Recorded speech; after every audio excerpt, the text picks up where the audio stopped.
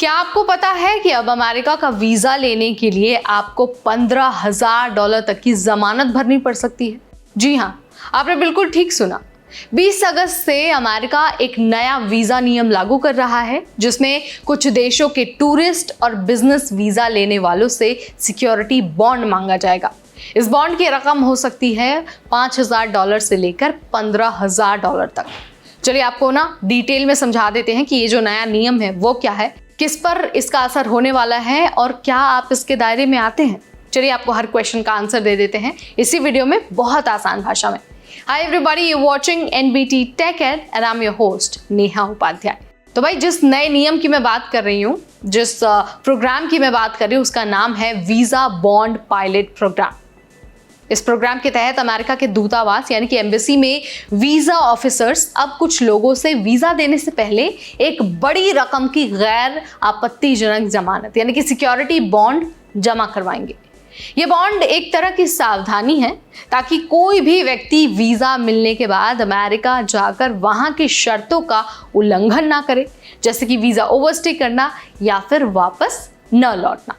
अगर मैं आपको आसान भाषा में समझाऊं तो अगर आपने नियम तोड़ा तो आपका पैसा जब्त हो जाएगा। इसके अलावा अगर आपने सारे नियम सही से माने तो जो ये पैसा है ना $15,000 का जो बॉन्ड है, सिक्योरिटी बॉन्ड है, वो आपको वापस मिल जाएगा। अब देखिए, बॉन्ड की रकम अमेरिकी अधिकारियों के ऊपर डिपेंड करता है। वो तय करेंगे कि किसे कितनी जमानत देनी है। अब देखिए, ये ना 3 लेवल का हो सकता है। पहला लेवल है $5,000, दूसरा है $10,000 या फिर $15,000। ये पैसा वीजा मिलने से पहले ही जमा करना होगा और ध्यान रहे, ये राशि सिर्फ कुछ चुनिंदा वीजा कैटेगरी के लिए ही लागू होने वाली है। यहाँ पर ध्यान रखने वाली बात यह भी है कि ये नियम हर किसी पर लागू नहीं होने वाला है। अभी के अनुसार ये सिर्फ उन देशों के नागरिकों पर लागू होगा जिनका वीजा ओवरस्टे रेट बहुत ज्यादा है, यानी कि वो देश जहां से लोग वीजा लेकर अमेरिका आते हैं लेकिन वीजा खत्म होने के बाद भी वापस नहीं लौटते हैं। साथ ही ऐसे देश जहां से यात्रियों की स्क्रीनिंग और वेरिफिकेशन में अमेरिका को कठिनाई होती है, वो भी इस दायरे में आ सकते हैं।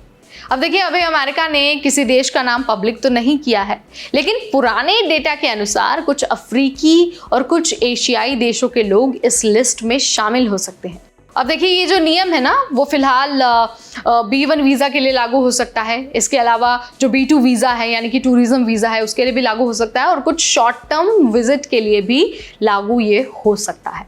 ये वीज़ा बॉन्ड प्रोग्राम एक पायलट प्रोग्राम है जो 20 अगस्त से लागू होगा। शुरुआती तौर पर ये करीब 1 साल तक चलेगा और इसके बाद अमेरिका ये तय करेगा कि इसे परमानेंट बनाना है या फिर बंद करना है। यानी ये एक तरह से अमेरिका का ट्रायल रन है। लोगों के रिस्पॉन्स और कंप्लायंस के आधार पर इसका फ्यूचर तय होने वाला है। दरअसल ये जो नियम है ना, वो पूरी तरह से नया नहीं है। आपको मैं ये बता दूं, 2020 में भी ट्रंप सरकार ने ऐसा ही वीजा बॉन्ड प्रोग्राम लाने की कोशिश की थी, लेकिन उस समय कोविड-19 महामारी के कारण इंटरनेशनल ट्रैवल लगभग बंद हो गया था, इसीलिए वो स्कीम पूरी तरह लागू नहीं हो पाई। अब यानी कि 2025 में अमेरिका इसे फिर से शुरू कर रहा है इस बार, लेकिन गंभीरता ज़्यादा है और सख्ती ज़्यादा होने वाली है। तो भाई, अगर आप या फिर आपके जानने वाले अमेरिका जाने का प्लान बना रहे हैं तो इस नए नियम को नज़रअंदाज बिल्कुल मत करिए। हो सकता है कि वीज़ा मिलने से पहले आपको $15,000 तक का बॉन्ड भरना पड़े और अगर नियम आप तोड़ते हैं तो वो पैसा आपको वापस नहीं मिलने वाला है। तो बेहतर है कि आप वीज़ा के नियम, शर्तें और जो कंट्री स्पेसिफिक एलिजिबिलिटी है वो अच्छे से चेक कर लें। वैसे तो हम अपनी वीडियोस के जरिए आपको जानकारी देते ही रहेंगे, बताते ही रहेंगे सारी चीज़ें।